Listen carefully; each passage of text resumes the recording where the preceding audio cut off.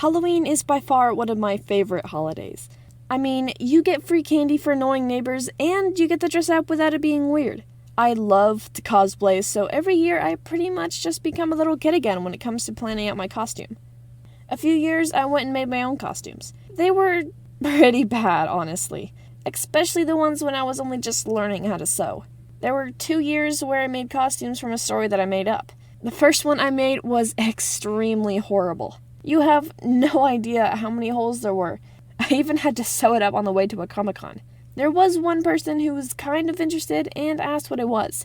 But as soon as I said it was just my own fiction, she immediately turned away. I'm just gonna say, I was a little offended by that. Since when are there Halloween rules about dressing up as something that people actually know about? When I was wearing the costume, someone confused me for Freddy Krueger. Does this even slightly resemble Freddy Krueger? No, it does not. The only correct answer to that question is no. The last costume that I made for myself was also from my own fiction, but I have to admit, the quality rose quite significantly. Okay, I may or may not have sewn half the cloak inside out, but that just makes it reversible. I just made cardboard armor for the rest of it, but I'm pretty proud of it. It was fun to wear, and I thought my homemade costume actually looked good instead of crappy for once. The fun was kind of ruined, though, because my mom made me put on a neon safety vest so she could see me. Not gonna lie, I was pretty crispy after that. The rest of the night was just me being frustrated at my costume for being hidden. Well, until I suddenly got insanely hungry. Like, I'm gonna throw up if I don't eat something hungry. We drove up to a random fast food place to get some burgers.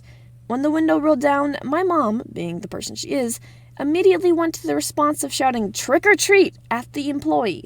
They actually gave us candy, though. That was pretty nice, not gonna lie. Oh, and by the way, I was so hungry that I inhaled 2 burgers and a medium fry before we even finished driving out of the parking lot. It was worth almost choking on the bread. While getting to cosplay all day is fun, Halloween is the day of horror movies and getting to freak out all your friends. I've never been too good at scaring people, so I haven't really gotten to enjoy that part. There is this one thing I can do that sometimes works, though.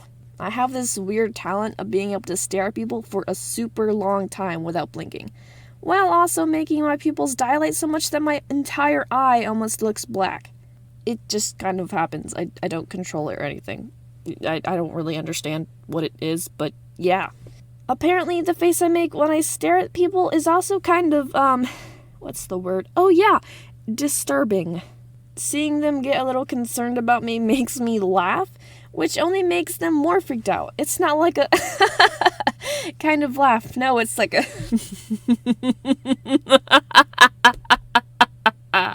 kind of laugh.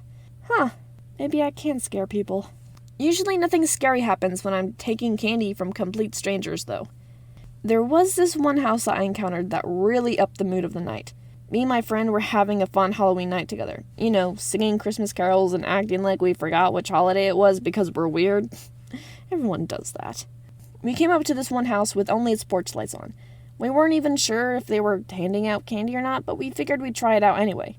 I didn't even get to knock once before we heard this creepy old voice saying, "Trick or treat," over and over again. We looked around trying to find where it was coming from. The door was closed and so were all the windows. But right out of the corner of our eyes, we could see a face slowly coming into view out of the pitch darkness of one of the windows. All we could see were 2 eyes and a long forming smile. The voice kept repeating over and over again. The handle of the door turned and the wood started to creak as it was pulled backwards. We didn't know what to do as the door continued to slowly open. We braced for the worst until, "Wait, haven't you already come to my house?" And just like that, the moment was gone. We had indeed come to her house twice, yet the first time we weren't greeted by such an ominous encounter. I love creepy things that get my heart pumping. While the old lady was a little creepy, it wasn't a horror movie level. Around 14, I finally decided it was time for my first haunted house. It ended up only being a tent in the middle of a cornfield, but man, did it do the job. Even as my dad was buying the tickets for us, my hands trembled as I thought about what awaited. The walk through the cornfield was long and slow. It had been raining earlier, so the ground was muddy and slick. I talked a lot as we went because of my nerves, pointing out how fake all the dead bodies looked. Every once in a while we'd run into someone, Mostly they'd just be staring at us with a weapon in their hands, dripping with fake blood. There was this one guy who randomly started following us. I noticed him pretty quickly, so it wasn't a jump scare or anything. I had psyched myself out so much though that I was still trembling as he followed us around every turn. If you've watched my FNAF videos, you know I get a little chatty when I'm scared.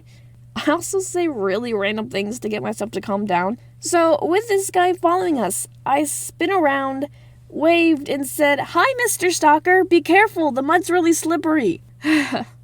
Yeah, I told a person in a ski mask to watch his step. When we reached the tent at the center of the field, it was pretty much just getting through there and going home. I only remember a few rooms that caught my attention. Some were just set up with props without any people, so they weren't really that scary. The first room I remember was this pitch black one. I'm gonna go ahead and put this on the record. I do not like being in the dark when I know there is something that's gonna scare me. Don't get me wrong, being in the dark alone is actually kind of peaceful. It's just when you know that you're alone and start hearing something move that it gets too much for me. Given that, I refused to move. I hugged a wall and stayed put while my dad felt around the room for a door. It didn't help that I backed up and felt something really furry. At that point, I was just praying that the door wasn't on the other side of the room because there was no way I was going to be crossing the empty void of room. Luckily, the door was right next to the one that you come into. I felt so stupid for not finding it when we first stepped through. To get out of the room, they had a tunnel with inflatable bouncy house walls, or whatever they're actually called. They were set up where the walls touched and that you had to squeeze through, still being blind and not being able to feel anything but the walls. I was able to hear my dad banging around in front of me, so I just followed the muffled sound until I came out. But it turned out that my dad was not making the noise. It was this crazy dude at the exit of the tunnel. He had on a bloody broken ski mask. He held an axe with one hand and used the other to punch the wall over and over again. As my dad tried to casually pass by, the man rushed at him and sniffed him. He then made a disgusted grunt and motioned for him to go. As I went to follow my dad, the guy pinned me against the wall. He leaned in close and sniffed the side of my neck. Then he whispered, "You're next," and backed away from me. As I walked away, he followed my movements and started to punch the wall again. In response to being sniffed and threatened, I yelled back to him, "I probably smell better because I took a shower before this." Yeah, I'm so gonna be murdered someday. Also, so you guys don't get concerned or anything, the crazy dude never actually touched me. As he approached me to smell me, I guess I kinda backed away and then kept going until we reached the wall. Next was the strobe room. They had lights shooting out of the walls and formed some kind of vortex thing that you had to walk through.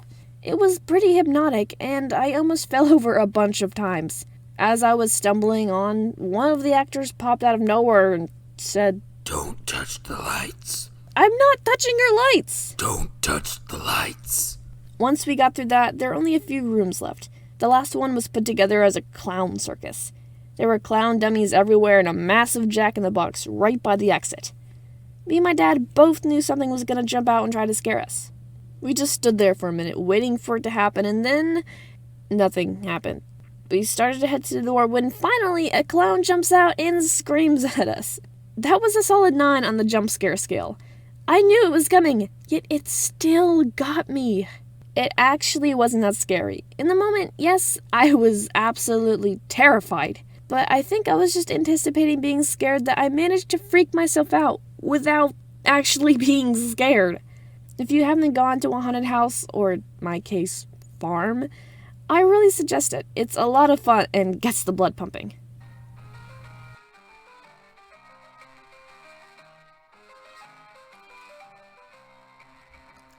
Spooky, scary emanations send shivers down your spine. Stupid skulls equals genius souls, seal your doom tonight. Spooky, scary emanations speak with such a screech. You'll shake and shudder in surprise when you hear stupid genius shriek. There, you have your own song. Now, it will probably be on SoundCloud sometime within the next few weeks, so if you want to hear my voice, my beautiful voice, singing this song, then you can probably find it in a link below, unless she doesn't upload it. which would suck, but makes sense because my voice sucks. Bye!